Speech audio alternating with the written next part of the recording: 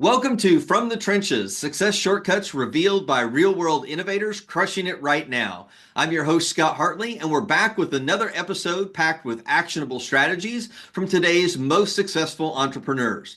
If you're tired of generic business advice and ready for real, cutting-edge tactics that are working right now, you're in the right place. And today, we're diving deep into how to turn your content from boring to brilliant so that prospects tune in and turn on. I can't wait for my guest to share with you his transformational insights. So let me introduce you to Tom Ruwitch. Tom is a business advisor, storytelling standout, and content marketing pioneer who helps leaders create, deliver, and track client attracting content and cure tech headaches. In 2001, after 10 years as a reporter, editor, and marketing strategist for newspapers, including the St. Louis Post-Dispatch, Tom founded the email marketing software and services company MarketVolt. This was long before most business people had even heard of email marketing, much less tried it. MarketVolt licensed its groundbreaking software to businesses around the globe, and it operated as a full-service agency, helping businesses of all size attract prospects and land clients with online and offline marketing strategies and tactics. Tom ended up selling MarketVolt in 2019, and he founded Story Power Marketing. Authors, coaches, and other experts hire Tom to transform their content from boring to brilliant without writer's block so that prospects tune in, turn on, and buy. And then just 3 years ago in 2021, Tom launched Implementum, an all-in-one marketing, operations, and analytics platform that includes customized, done-for-you campaigns, strategy, and hands-on training. Implementum helps business leaders build automated marketing machines so they can grow and profit without the tech headaches. Tom, I'm so excited to have you on the call today. Scott, I'm happy to be here. Thank you.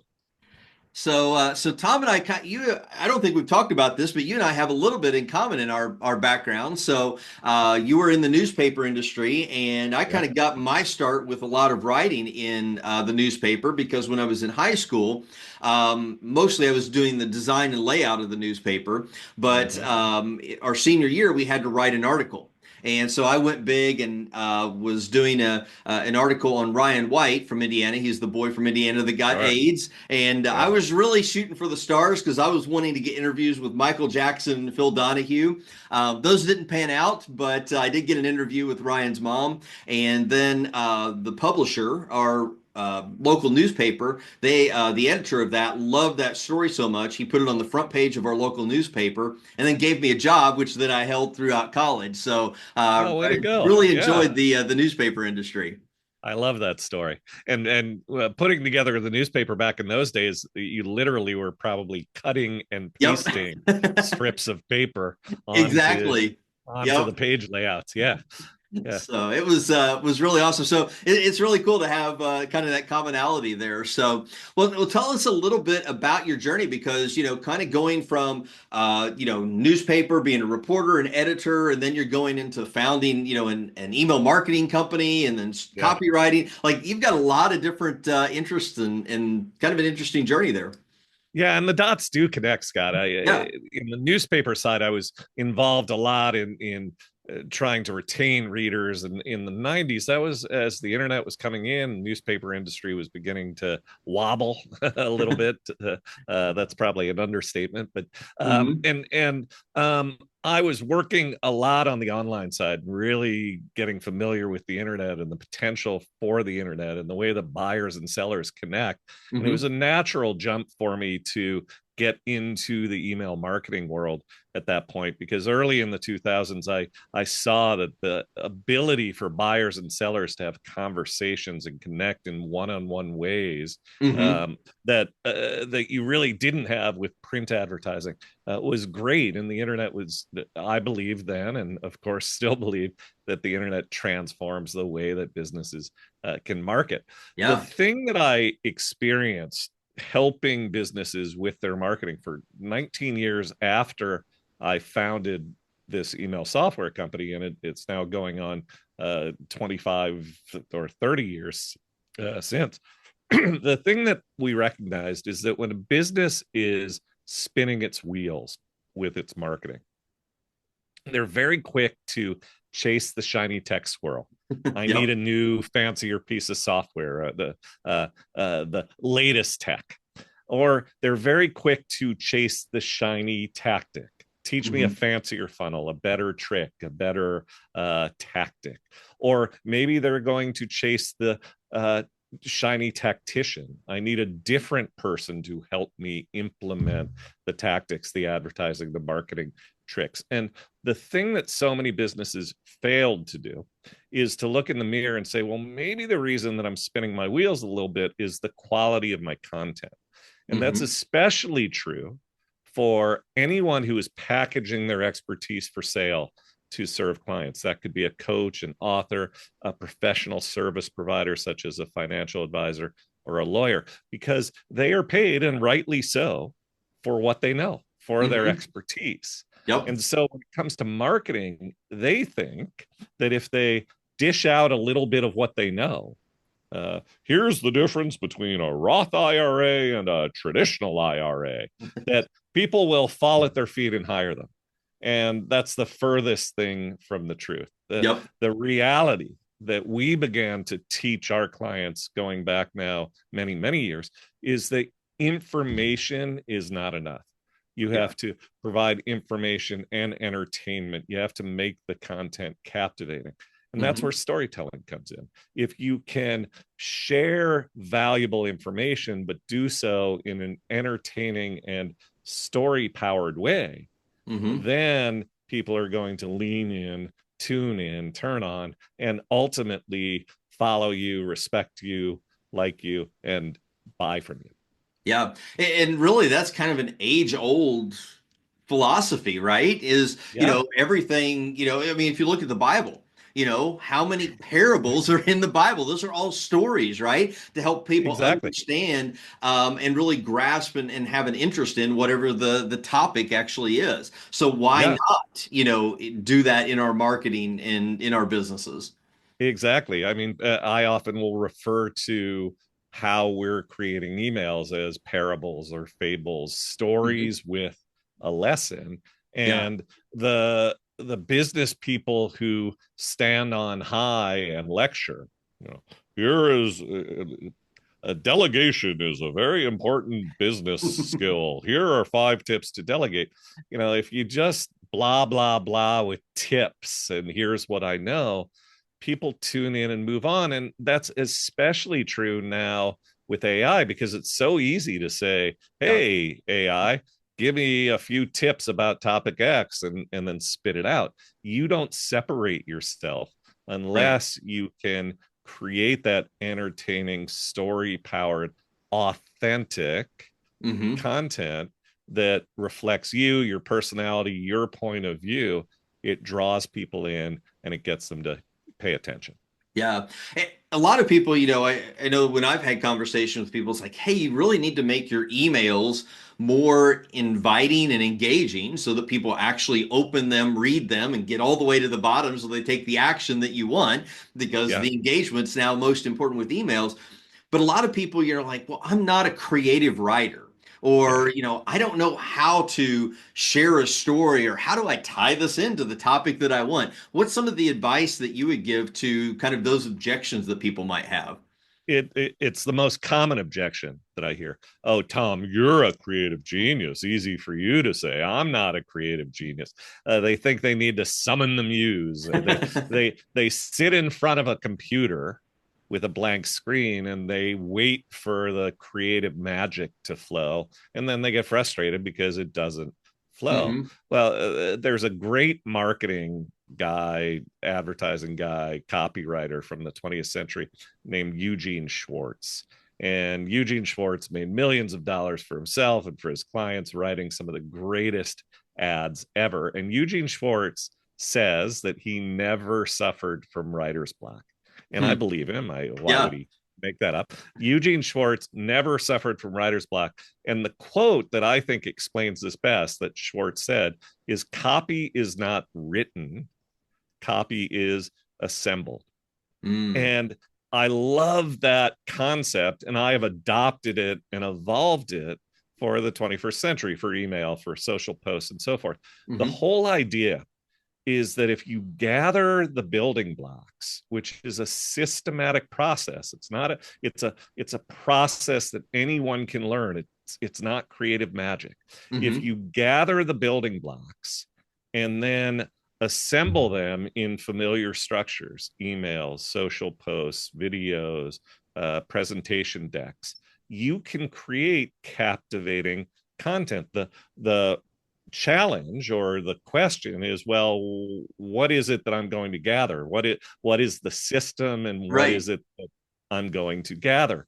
And what we teach is a very, very simple 4-piece framework for this. Some of the people who are out there teaching storytelling, they want to liken storytelling for business to writing a screenplay. You're Yoda and your client is Luke, and there's conflict and resolution, and there's the 10 stages of the hero's journey, and makes your head Blows your explode. mind, right? Yeah.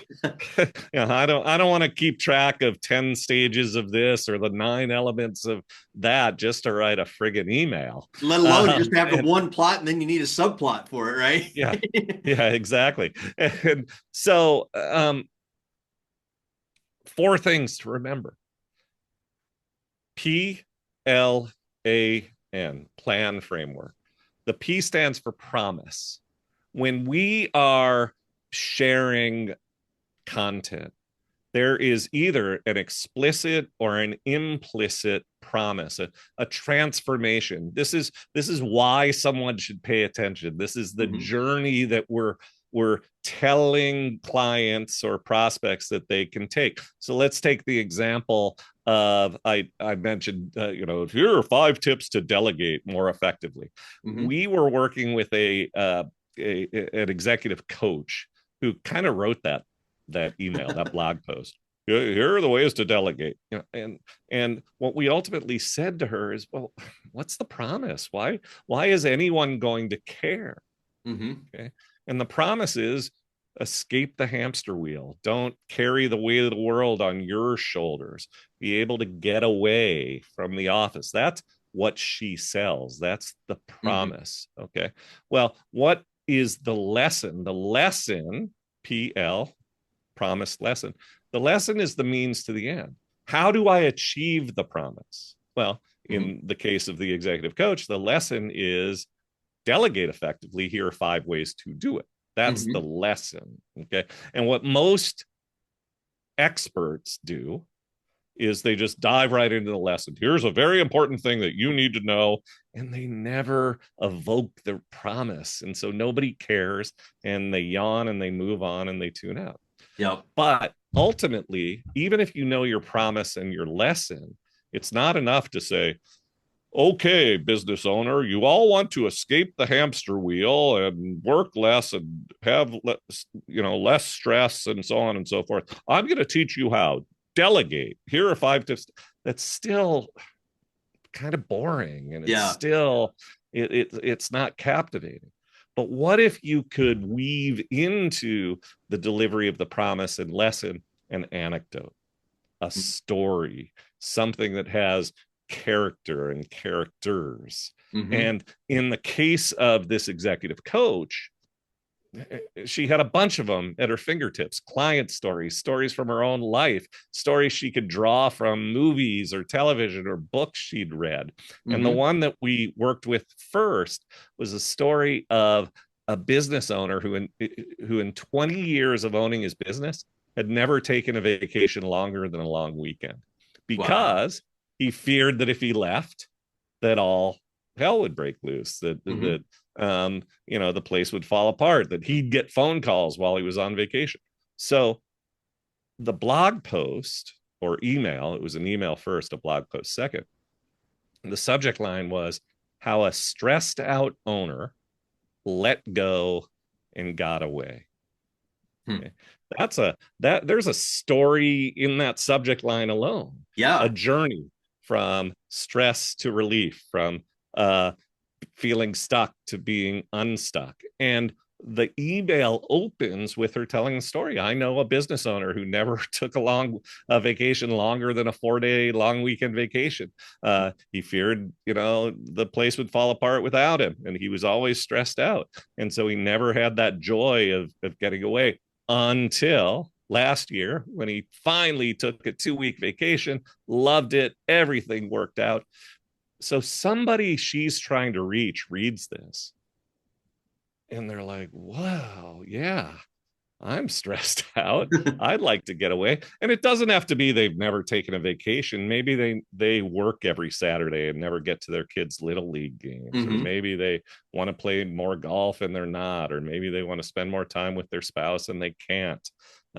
So that feeling of, I want to take that journey from stuck to unstuck, from stressed out to relieved. They're reading that post. The story has drawn them in. And then when she says, well, here's the lesson. You need to delegate more effectively. Here are a few tips. They've read to the bottom. Now they've read the tips because they care. They right. recognize that the lesson is the ticket to achieve the journey. And then finally, because they've gotten to the bottom, they see the call to action, the next step, the N in the plan framework. And that next step says, if you'd like to learn how to delegate more effectively and escape the hamster wheel and go from stressed out and stuck to letting go and getting away, let's schedule a session. Click here to schedule the session. Promise, lesson, anecdote, next step. Easy. Yeah. 4 things. And you don't have to be a creative genius, a magical being, to figure out, what are the promises I wish to make? What are the lessons that I reveal to make that happen? Finding anecdotes. We teach all sorts of systematic ways to find the anecdotes. They don't have to be things that come directly from your life, but you'll be surprised how easy it becomes when you're clear on your promises and lessons. And then a next step, always offering that next step. That is what Eugene Schwartz was talking about when he says that content, or copy as he calls it, copywriting, copy is not written, copy is assembled. PLAN. Take those 4 pieces, assemble it into emails, social posts, presentation decks, videos, and you have story-powered content that will draw people in and get them to ultimately hire you.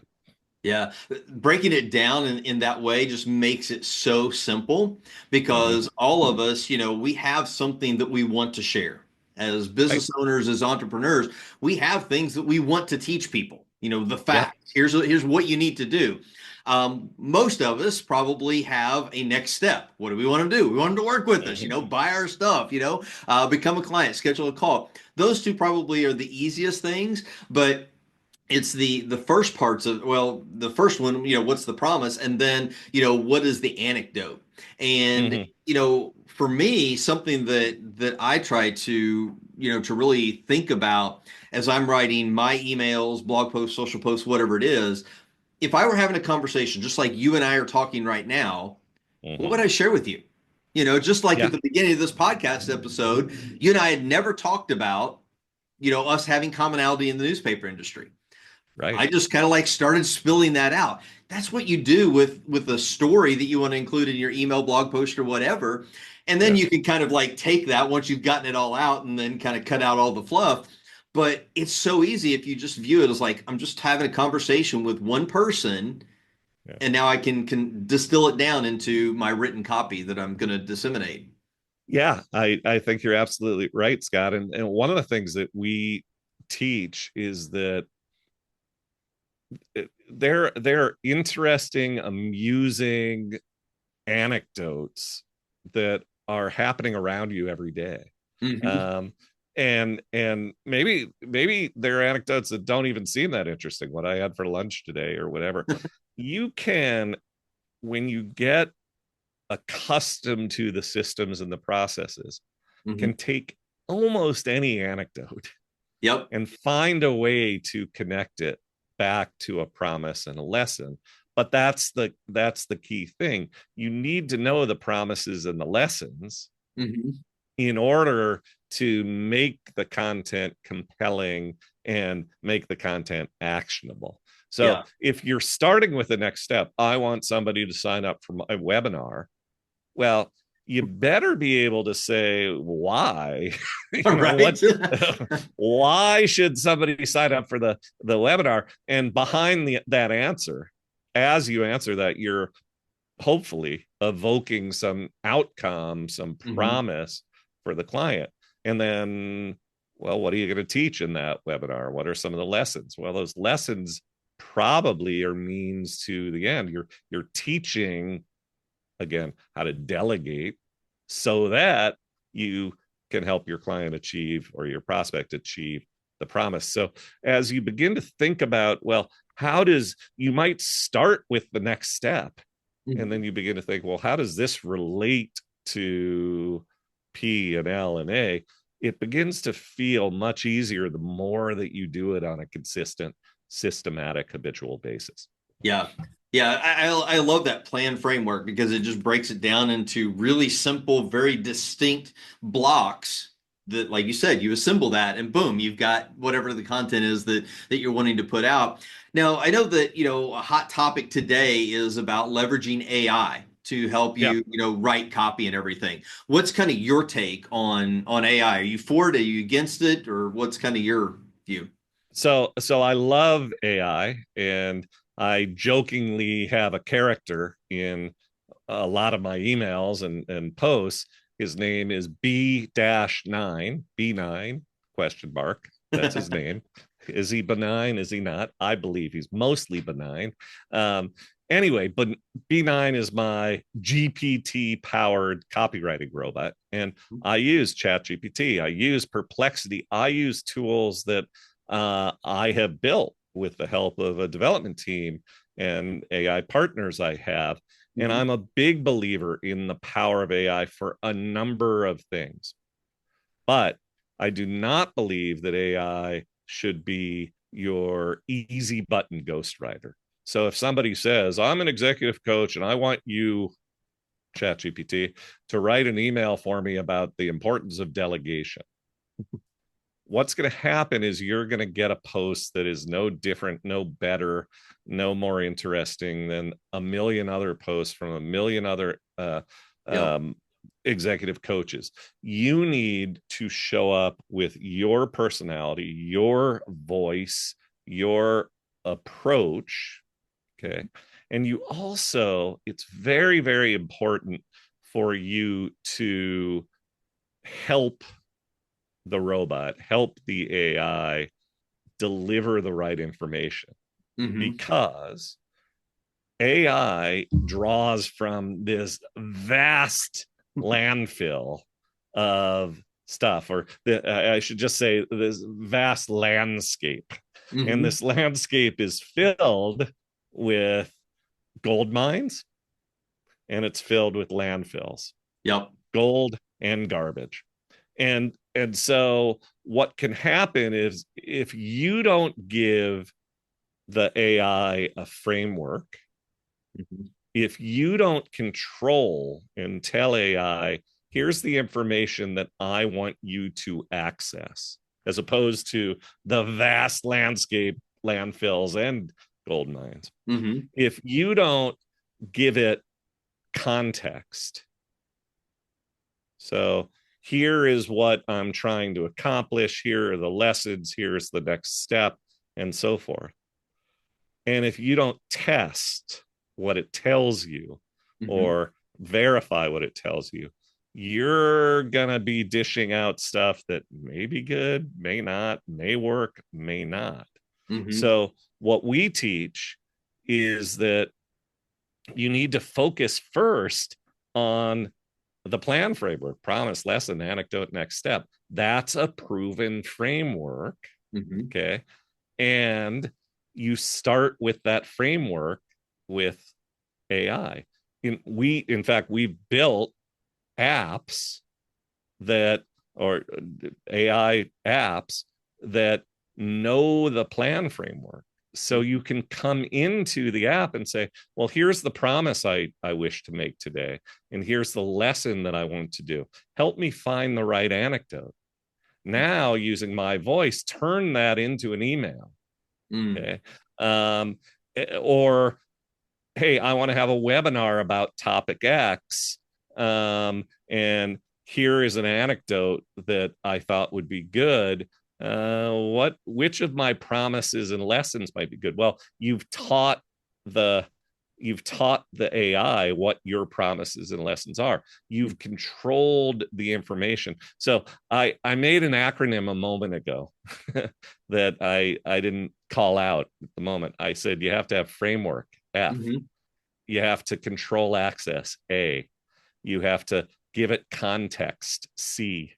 And then you have to test and verify, T. So I love AI, but you have to make sure that AI has its facts straight, Yep. FACTS, or else it can bite you. Yeah. And, if you don't have that control over AI, like you said, it's just going to be generic Yeah, because you haven't trained it for what you're specifically looking for. And if we put that into yeah, the business context, we wouldn't just hire an employee or a contractor and say, hey, go do your thing, and not give them any context of what we want them to do, what we want that outcome to look like. Why right. would we do the same thing with AI? Yeah, It's not just that exactly. easy button that everybody thinks that it is, right? Yeah, and AI is designed by design. AI is built to output that which is most common. Hmm. And so, do you want to be lumped in the mushy common middle, the lowest common denominator, or do Right. you want to stand above? Hmm. And if you want to stand above, you have to help AI help you. Yeah. And so, if you're, having, kind of challenges with, figuring out those anecdotes or figuring out how do you put those blocks and everything together, that's where AI can be really helpful in, helping you assemble that as you're kind of getting used to that. But I love the fact that you mentioned you have to understand the plan framework itself first.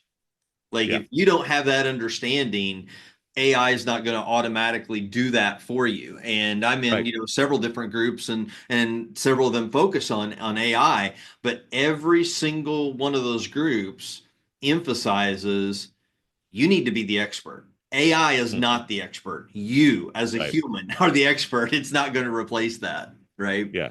So, well, I appreciate, everything that you've, shared with us. I know that you go into more in depth in your book, Story Power Marketing, about, all of this plan framework and things like that. Tell us a little bit about that. Yeah, so the book came out in late 2024. It's called Story Power Marketing, and it is the proven methods to create client attracting, profit generating content without getting stuck. We go into depth about the plan framework, go into depth about the facts framework for AI. I share a lot of stories. I practice what I preach. There are links to all sorts of additional resources. It's a great way to get started with story power marketing, and it's a short read. You can do it. It's about 130, 140 pages, something like that, Hmm. and you can get through it in a weekend, Yeah. or a long night if you stay up late. I bet you could knock it out in one long night. Yep. So very, very proud of the book. There's a whole lot that we're doing for readers of the book, on the Story Power Book resources page, and that's a great way to start. Awesome. So, where can listeners go to grab a copy of your book?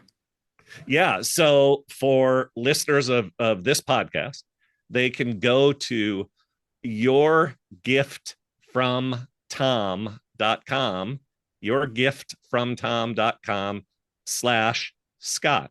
And there we are offering a paperback edition of the book free plus shipping. So you pay a small shipping cost and you can get a copy of the book. It's available now.